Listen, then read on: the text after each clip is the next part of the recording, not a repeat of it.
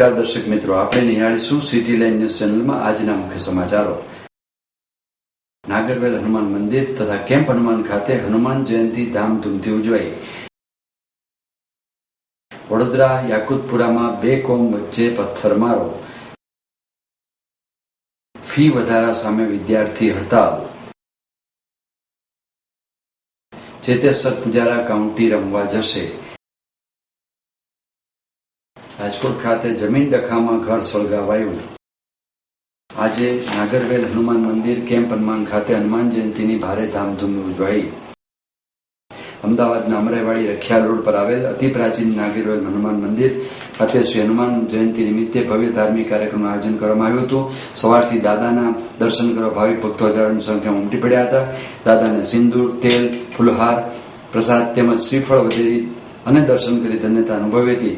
સવારે 6 વાગે શ્રી હનુમાન દાદાની ઉત્થાપન આરતી અને ત્રિરંજન સવારે 8 વાગે મંદિર ધ્વજારોહણ 9 થી 12 અને મનોજ પૂજારીજી મુખ્ય સુંદરકાંડ પાઠનું આયોજન કરવામાં આવ્યો હતો. બપોર 12 થી 1 હનુમાન જન્મોત્સવ, ભજન કીર્તન તથા 56 ભોગ ધરાવવાનો કાર્યક્રમ યોજવામાં આવ્યો હતો. બપોર 1 થી 4 મહાપ્રસાદી, રાત્રે 9 વાગે મારુતિ મહાયજ્ઞ તથા જુદી જુદી ભજન મંડળી દ્વારા ભજન સંધ્યાના આયોજનની સાથે મંદિરના મહંત શ્રી રંગનાથજી મહારાજે ભાવિક ભક્તોને પ્રવચન દ્વારા હનુમાનજીની મહત્તાનું રસપાન કરાવ્યું હતું. રાત્રે 8:30 વાગે શ્રી નાગરવેલ હનુમાન દાદાની અતિ ભવ્ય 11,000 દીવડાઓની મહાઆરતીનું આયોજન કરવામાં આવ્યું હતું. જેમાં ભાવિકોએ પોતાના હાથમાં દીવડાઓ લઈ નાગરવેલ હનુમાન દાદાની આરતી ઉતારી હતી. આ જ રીતે તારીખ 4 એપ્રિલના હનુમાન જયંતિના પવિત્ર દિવસે અમદાવાદમાં કેમ્પના હનુમાન કે જે શાહીબાગ મિલિટરી કેમ્પ સ્થિત છે ત્યાં વહેલી સવારે ભક્તોની ભારે ભીડ જોવા મળેલ અને આશરે મંદિર પરિસરની 2 કિલોમીટર સુધી ગાડીઓ જોવાની લાંબી કતાર જોવા મળેલ. તેમાં ખાસ કરીને યુવાધન વધારે જોવા મળેલ. તે ખરેખર આનંદને ગૌરવની વાત કહી શકાય. આબાલ વૃદ્ધ ભક્તો જોવા મળેલ. સિક્योरिटी પણ खास જોવા મળેલ.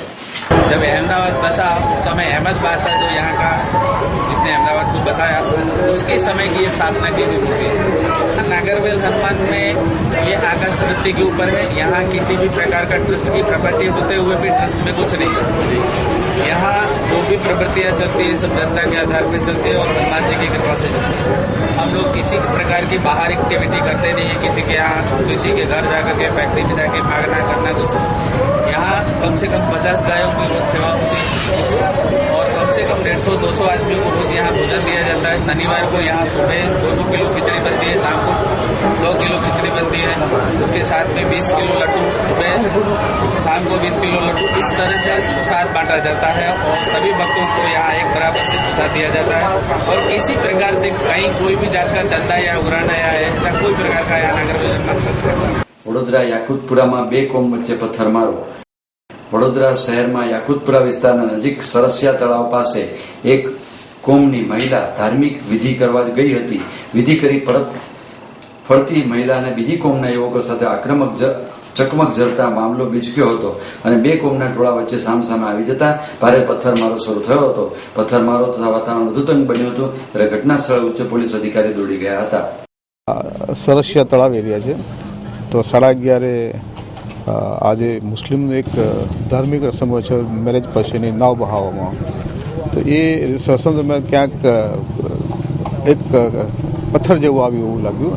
એમાં સામસામો થોડો સમય પથ્થરમારો થઈ ગયો. 11:30 સુમારે તાત્કાલિક સિટી પોલીસના અધિકારીઓ, બીજા અધિકારીઓ, ક્રાઇમવાળાને તો પૂરો પોલીસ ફોર્સ આવી ગયેલો. એસઆઈપીના જવાને આમાં પરિસ્થિતિને તાત્કાલિક અંકુશમાં લેવા માટે હવામાં ફાયરિંગ પણ કરેલું છે, પણ તાત્કાલિક અંકુશમાં આપી વધારે બીજો કોઈ બનાવ બનેલ નથી. આ બાબતે કાયદેસરની કાર્યવાહી કરી ગુના નોંધવાની તજવીજ ચાલુમાં છે. ફાયરિંગ એસઆરપીના માણસે એના કંટ્રોલ લેવામાં હવામાં ફાયરિંગ એ અત્યારે એવું ખબર પડશે. ઈજા કોઈને નથી. એસઆરપીના જવાને સ્લાઇટ સામાન્ય ઈજા નહીં કહેવાય ને, આપણે ઈજા જેવું નથી. ફી વધારા સામે વિદ્યાર્થી હડતાલ. રાજકોટ શહેરની ભાગોળે આવેલ આરકે કોલેજના આશરે 100 થી 150 જેટલા વિદ્યાર્થીઓ ગઈકાલથી ફી વધારા મુદ્દે સ્ટ્રાઇક પર ઉતરી ગયા છે. વિદ્યાર્થીની માંગણી છે કે જ્યાં સુધી ફી વધારો પાછો ખેંચવામાં નહીં આવે ત્યાં સુધી તેઓ હડતાલ પર યથાવત રાખશે અને સંચાલકો સામે ઉગ્ર વિરોધ દર્શાવી રહ્યા છે. હાલના સમયનું શિક્ષણ વિદ્યાર્થી માટે ભારે મોંઘું પડી રહ્યું છે. ખાસ કરીને આ મોંઘવારીમાં જંગી ફી ભરી સામાન્ય પરિવારના વિદ્યાર્થીઓએ અભ્યાસ કરવો ભારે મુશ્કેલ પડી રહ્યો છે. ત્યારે ફી વધારા મુદ્દે રાજકોટ શહેરમાં વધુ એક વખત વિદ્યાર્થીઓએ ફી વધારા મુદ્દે આંદોલન શરૂ કર્યું છે.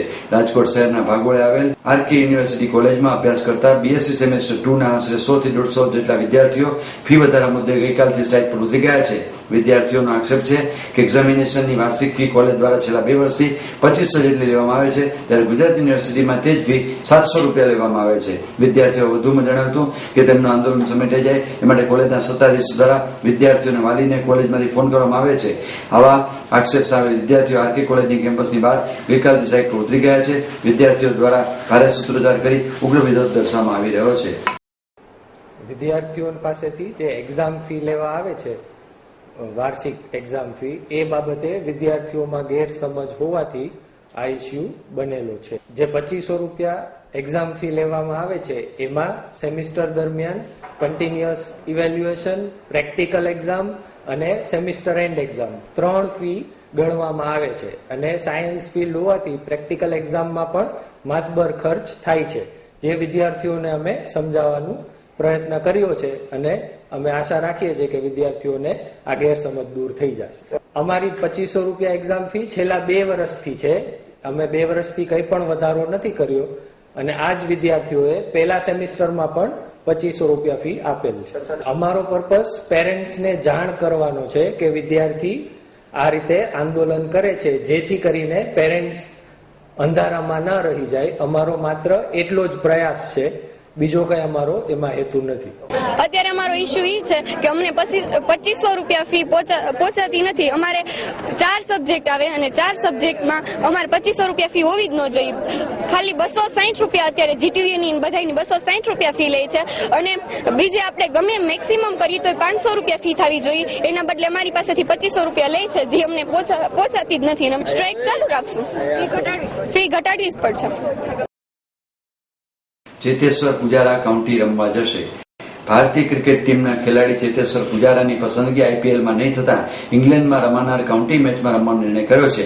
ટૂંક સમયમાં શરૂ થતી આઈપીએલ 8 દરમિયાન ચેતેશ્વર પુજારા આ સમયનો ઉપયોગ ઇંગ્લિશ કાઉન્ટી સિઝનમાં ભાગ લઈને કરશે.